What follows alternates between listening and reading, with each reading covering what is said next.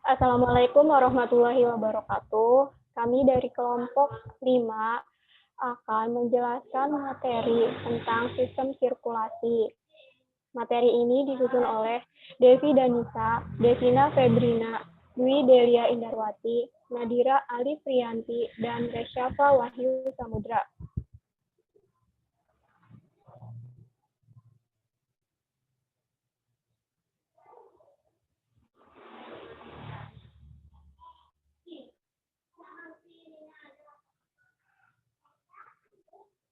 Saya Dwi Delia Indarwati akan menjelaskan pengertian sistem sirkulasi. Sistem sirkulasi adalah sistem transportasi yang berfungsi untuk mengangkut berbagai zat di dalam tubuh. Sistem sirkulasi pada manusia dibagi menjadi dua, yaitu sistem peredaran darah dan sistem limfa.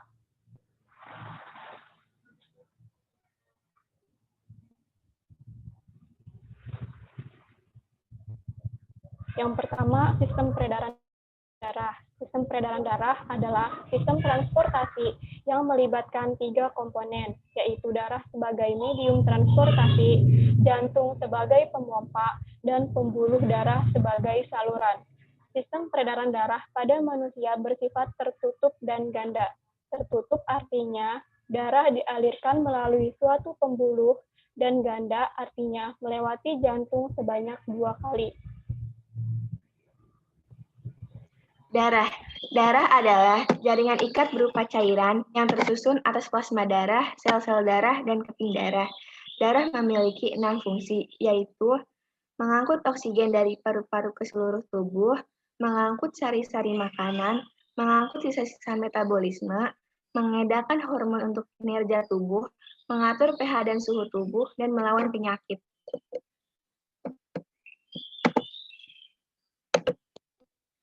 Penyusun jaringan darah terdapat 4 penyusun. Yang pertama ada plasma darah.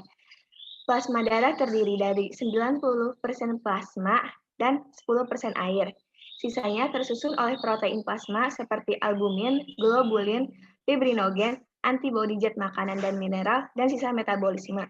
Yang kedua ada fungsi plasma darah. Fungsi dari plasma darah adalah untuk mengatur tekanan osmotik, mengangkut sari-sari makanan, mengangkut sisa-sisa metabolisme, dan mengedarkan hormon untuk mengatur fungsi tubuh. Yang ketiga ada penyusun plasma darah. Penyusun plasma darah terdiri dari 3 serum dan antibodi. Terdiri dari serum dan antibodi. Dan yang terakhir ada sel-sel darah. Di dalam darah terdapat 3 sel darah, yaitu sel darah merah, sel darah putih, dan trombosit atau keping darah. Sel darah merah disebabkan oleh adanya kandungan hemoglobin. Sel darah putih merupakan bagian penting dari sistem kekebalan tubuh yang berfungsi untuk menghasilkan antibodi, dan trombosit adalah sel darah yang berbentuk kepingan dan tidak berinti.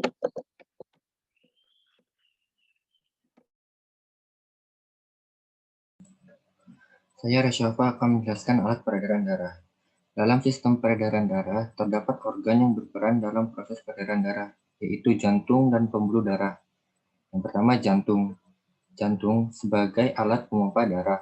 Di dalam jantung terdapat 4 ruang, yaitu 2 buah serambi kanan dan kiri, serta 2 buah bilik kanan dan kiri. Serambi ini memiliki fungsi berupa menerima darah dari luar jantung, sedangkan bilik berfungsi memompa darah keluar jantung. Di dalam bilik dan serambi ini memiliki ciri khas tertentu, yaitu di mana yang berada di posisi kanan akan mengandung kaya akan karbon dioksida, dan yang berada di posisi kiri akan mengandung kaya akan oksigen. Jantung akan berdenyut normalnya 72 kali per menit dan 100.000 kali dalam sehari.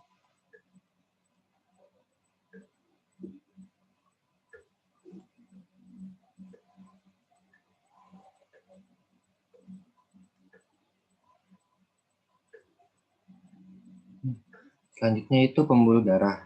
Pembuluh darah dibagi menjadi 3, yaitu ada pembuluh darah nadi, vena, dan kapiler. Pembuluh darah nadi ini berfungsi sebagai mengangkut darah dari jantung ke seluruh tubuh. Pembuluh darah nadi dibedakan menjadi 3, yaitu ada aorta, arteri, dan arterior. Pembuluh darah nadi aorta ini langsung terhubung terhadap jantung. Dan cabang-cabang dari aorta disebut arteri, dan cabang-cabang dari arteri disebut arteriol. Selanjutnya pembuluh darah vena. Ini memiliki fungsi mengangkut darah dari seluruh tubuh ke jantung. Terbagi atas 3 jenis, yaitu venul, vena, dan vena cava. Venul sendiri terhubung atas dari pembuluh darah kapiler, dan vena terhubung atas pembuluh darah vena. Sedangkan pembuluh darah vena cava ialah pembuluh darah terbesar yang berada di seluruh tubuh. Selanjutnya ada pembuluh darah kapiler, merupakan pembuluh darah halus yang menyambungkan antara arteriol dengan venul. Di sini terdapat terjadinya kejadian pertukaran antara oksigen dengan karbon dioksida di dalam jaringan.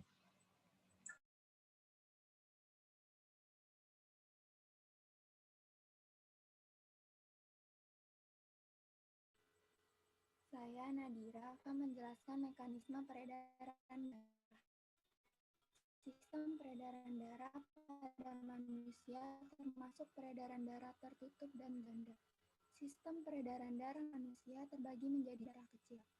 Sistem peredaran darah besar bermula ketika bilik kiri memompa darah yang kaya akan oksigen, lalu melalui aorta, kemudian darah yang kaya oksigen ini diedarkan ke seluruh tubuh kecuali paru-paru. Kemudian melalui vena cava, lalu darah masuk ke serambi kanan. Selanjutnya, peredaran darah kecil bermula ketika darah di bilik kanan dipompa, kemudian melalui arteri pulmonalis, darah yang rendah oksigen menuju ke paru-paru, kemudian melalui vena pulmonalis, lalu darah masuk ke serambi kiri. Simpelnya, peredaran darah besar itu dari jantung seluruh tubuh kecuali paru-paru lalu jantung, sedangkan peredaran darah kecil dari jantung, paru-paru, jantung.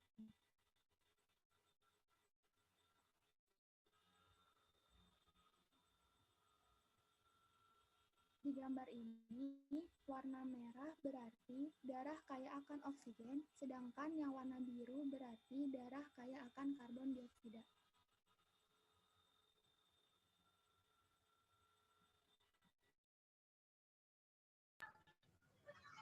Saya Devina akan menjelaskan sistem limpa.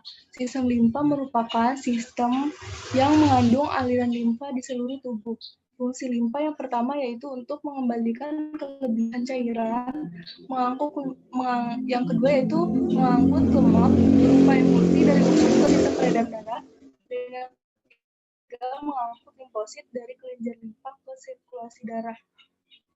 Adapun untuk aliran limpa sendiri itu dimulai dari cairan dari jaringan, kemudian menuju kapiler limpa, kemudian ke saluran penampung. Setelah itu ke pembuluh limfa yang lebih besar, dan yang terakhir bergabung membentuk trunkus atau batang saluran limfa utama. Di sini terdapat gambar sistem limpa. Pada bagian atas ada sirkulasi pulmonal yang terdiri dari kapiler limpa, terus yang di bawahnya itu ada limfonodi, dan yang terakhir ada pembuluh limfa. Sedangkan pada bagian bawah ada kiri ada cairan jaringan, kemudian pada bagian kanannya ada plasma darah, limpa, dan kapiler limpa. Komponen penyusun limpa terdiri dari organ limpa, pembuluh limpa, dan cairan limpa.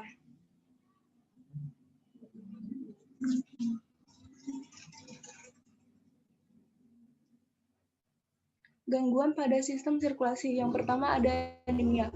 Anemia merupakan gangguan yang disebabkan oleh jumlah eritrosit di dalam hemoglobin di bawah batas normal. Yang kedua ada hemofilia. Hemofilia merupakan kelainan yang disebabkan oleh sulitnya darah untuk membeku. Yang ketiga ada thalassemia. Thalassemia merupakan kelainan pada bentuk eritrosit. Kemudian ada hipotensi. Hipotensi yaitu keadaan yang disebabkan oleh tekanan darah arteri yang menurun sampai di bawah batas normal. Misalnya yaitu 90/60 mmHg untuk sistol per diastol. Kemudian ada hipertensi. Hipertensi merupakan keadaan tekanan darah arteri yang meningkat sampai di atas normal. Misalnya yaitu 140/90 mmHg. Hipertensi ini biasa disebut dengan keadaan tekanan darah tinggi.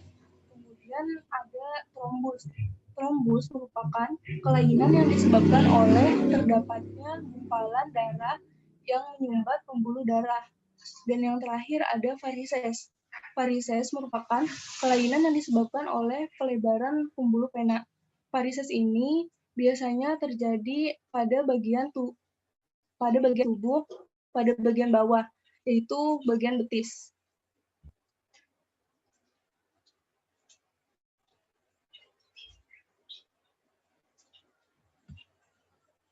Demikianlah presentasi dari kelompok kami. Terima kasih. Kurang dan lebihnya mohon maaf. Wabillahi taufiq wal hidayah. Wassalamualaikum warahmatullahi wabarakatuh.